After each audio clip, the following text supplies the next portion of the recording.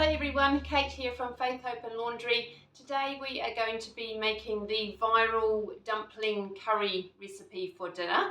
It's about 6 o'clock, approaching 6 o'clock in the evening here. It's a Sunday night and I don't know about you, but I am for sure a cook or a non-cook who loves to just have some kind of one pot dinner. So what we're going to be using today is just a pot or a pan like this. Just needs to either have a lid or that you've got some sturdy foil that you're able to put over the top, and everything is going to go into here and then straight into the oven. So it is just my perfect ideal type of meal to cook for my family anyway. And let me know if it's your kind of meal as well. I think just when weekends are busy or week nights are busy, especially if you're working or just have really busy days with a young family or teenagers in sports and things like that, then just making a meal in one pot is absolutely brilliant. So I will get to the dumplings in a moment, but the recipe is super easy. So we're just going to make a base sauce, and then there's going to be some veggies in there as well. The recipe does call for just spinach as the vegetable, but I'm actually just going to zhuzh it up a little bit more, and I've got some asparagus here that I'll either use, maybe just one bunch, I'm not sure, but we will put some of that in there as well. I'm going to start the base off with some coconut milk. I'm guessing you probably could use coconut cream as well, but this is just going to make it just not quite so thick. So when I watched someone else on YouTube doing this recipe, and there's lots of different recipes for this particular frozen dumpling curry, but the girl that I watched, she did it with just one can of coconut milk, but it didn't end up being very saucy. So if you like, lots of sauce, which I think for this kind of recipe, you probably would be wanting to have a bit of extra sauce, that would make it, really yummy, just to have the dumplings and then almost like a kind of a soupy type broth, I guess, then I would suggest using the 2 tins of coconut milk rather than just one. So I know for my family for sure we like to have a bit more sauce, especially if you're going to accompany it with rice or something like that. So I've got the 2 tins of that. And then into here we're going to now add our flavours. So we have got red curry paste. Now you could use green curry paste, you could use yellow curry paste. This one here is a red curry paste that I'm using. And this recipe is serving for 4 servings. So 3 tablespoons of curry paste. But I might actually put a little bit extra because I've put, that extra tin of coconut milk as well. So I might do another 1 or 2 of these, I think. So it's probably going to work out to be about half a jar of curry paste.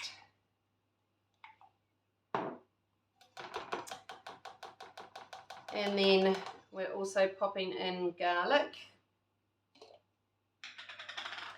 Obviously you can use fresh garlic for this, that would probably be a lot nicer, but I've just got the jarred already crushed garlic. So I'm going to do 3 teaspoons of that. We love garlic in our household, so I don't think you can ever truly do too much garlic. And then we are also going to pop in some soy sauce. 3 tablespoons it calls for, but I might just do 4 because I've put in that extra tin of milk. I'll just do the rest of that bottle there. So this is building up those, those really sort of umami flavors, I guess you would call it. Now fish sauce is the next flavor. You don't have to put this in if you're not a fan of fish sauce. So this is 2 teaspoons. Some people just don't like the smell or the taste of fish sauce, so that's fine. You can just leave that out. It just gives an extra layer of sort of that salty taste. And then also we're going to put in some sesame oil, a couple of teaspoons of that.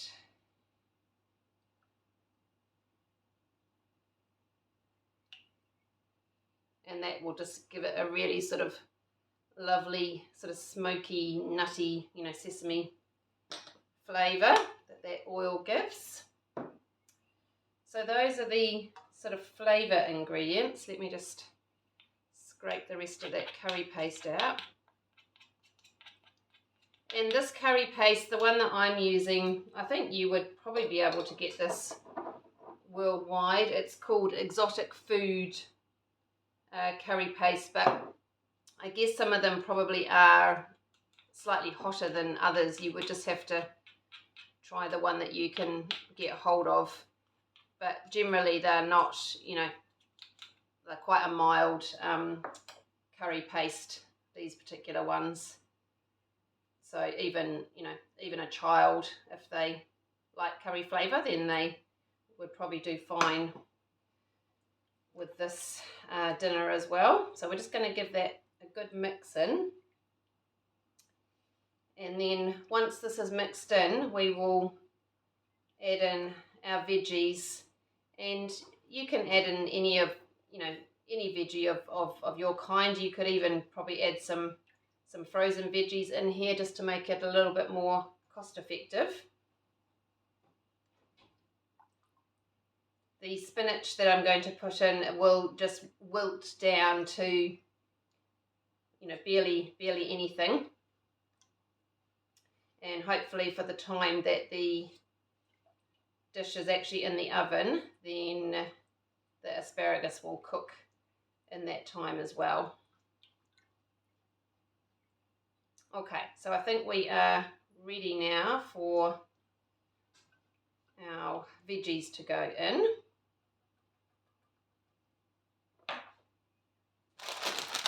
So it says 3 cups of spinach. I'm just going to eyeball that. I'll just do 1, 2,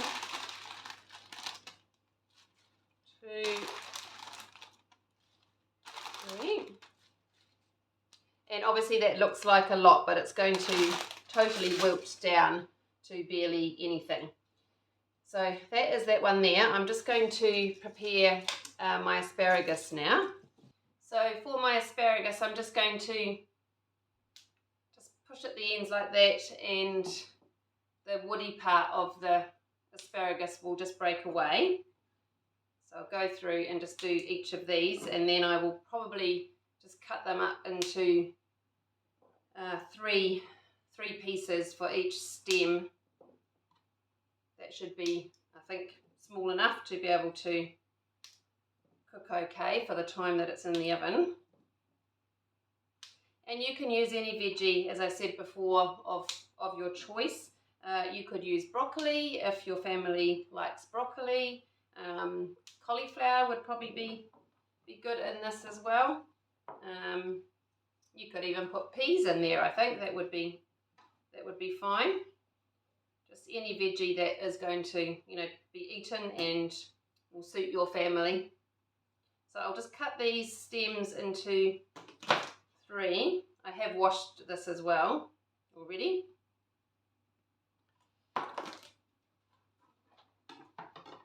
So that should be a good size. And we'll just nestle this into here as well. hopefully there's going to be enough room for the dumplings. I am glad I put that extra tin of coconut milk in there, because I think that is definitely going to make a difference with how saucy it is. So that is the base of all of those lovely sort of umami curry flavours, and now we just need to pop the dumplings in. So these are just frozen dumplings. You'll be able to get these from any, supermarket or Asian store. I actually have these in the freezer, pretty much at all times, because they're great just for the kids to come home and, have a quick snack after school, or a really, really quick and easy dinner. So these ones are pork and cabbage. They're going to look back to front to you because of the way that my camera's around. But in this packet there's 30 pieces, and the recipe calls for, I think it's about 15 to 20 of these dumplings, but it will depend on what size you can actually get from your supermarket. But as I said, this recipe is feeding 4 people. So this packet has got 30 pieces in it, and they're just that size, not too big. And then I will probably try and sneak in a few of these ones which are a little bit smaller.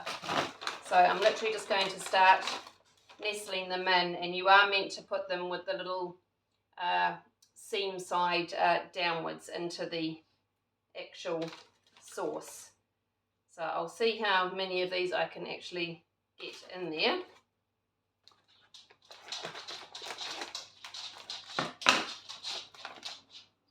These ones are slightly smaller than the other ones, but what is wonderful about this dish as well is, these dumplings that I've got here are pork and cabbage, but you can actually get vegetarian ones. So this would, easily be made into a vegetarian or even a vegan dish. If you took out the, the fish sauce, I think that would be the main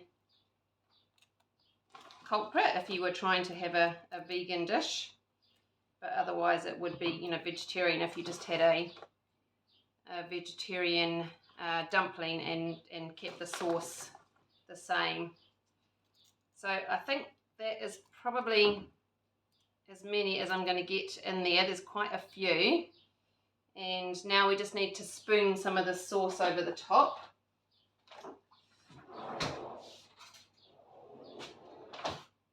If I can actually get in there. Obviously with the lid on, this is going to steam as well. So you do want it to, have a covering on it. And obviously these dumplings are not going to be crispy in any way, shape or form. They are going to be very, very soft.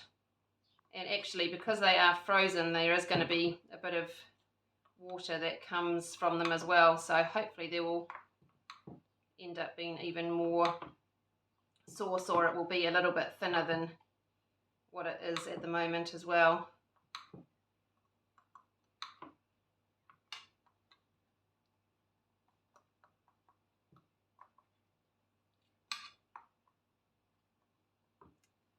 Alright, so I'll just get the lid for these, and we can get them into the oven.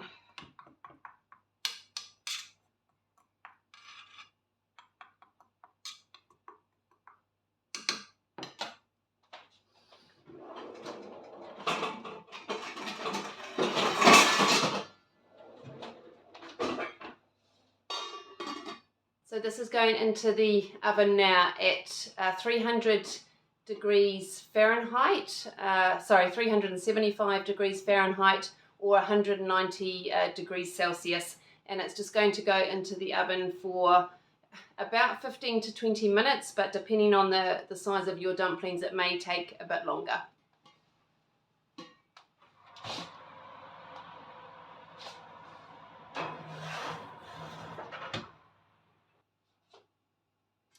This is all cooked now. It looks and smells amazing. I'm just going to chop up some scallions or green onions, whatever you like to call them, just as part of the garnish. So the garnishes call for green onions or scallions, sesame seeds.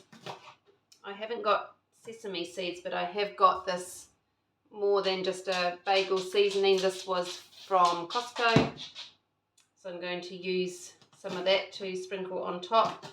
And then it also suggests that you could use some chili crisp, which I haven't got that either, so I'm just going to omit that. But I think the chili crisp would, or something crisp anyway, over the top of all of this would give a really lovely difference in texture. Sorry, you can hear my Labrador walking in the background, her toes click-clacking on the floor. So I'll just sprinkle that over the top.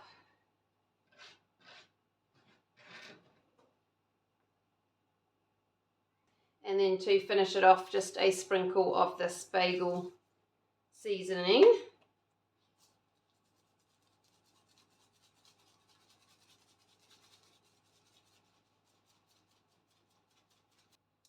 Here's my bowl of deliciousness.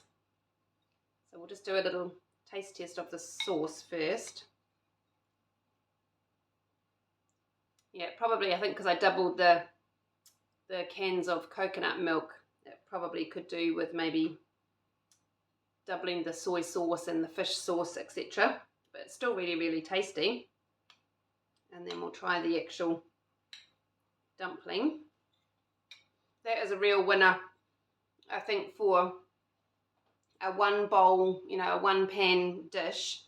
Then it's really, really wonderful. So easy, so quick to throw together on a week, you know, for a weeknight dinner.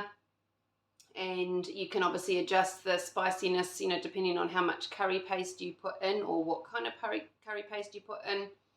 So yeah, I'm super happy with that. I think my family are going to enjoy that. It would be a wonderful autumn, fall, you know, type dish, and or any time of the year really. But yeah, a great family friendly, time efficient family dish. I think it's really, really wonderful. So I'm going to go and enjoy this now and take some down to my family and see if they enjoy it. And I will see you in my next video. Please subscribe if you enjoyed, you know, this video. I would love to see you come back again, and I will see you again very soon. Bye.